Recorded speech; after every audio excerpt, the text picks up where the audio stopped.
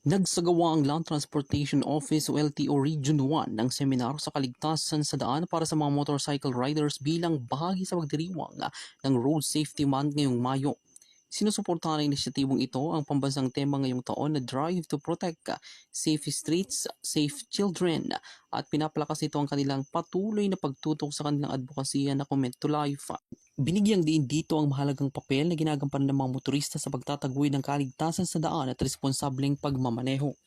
Nanawagan ng mga opisyal ng ahensya para sa patuloy na edukasyon at pakikipagtulungan upang makatulong na matiyak ang mas ligtas na mga lansangan lalo na para sa mga bata at iba pang mga gumagamit ng daan na nasa panganib. Nilalayo ng mga pagsisikap na ito na bigyan ng kapangyarihan ng mga motorista ng mahalagang kaalaman sa mga batas trapiko at teknika sa depensiba na pagmamaneho at pag-iwas sa aksidente na higit pang sinusulong ang misyon ng LTO Region 1 na magkaroon ng mas ligtas at mas disiplinadong kapaligiran sa daan.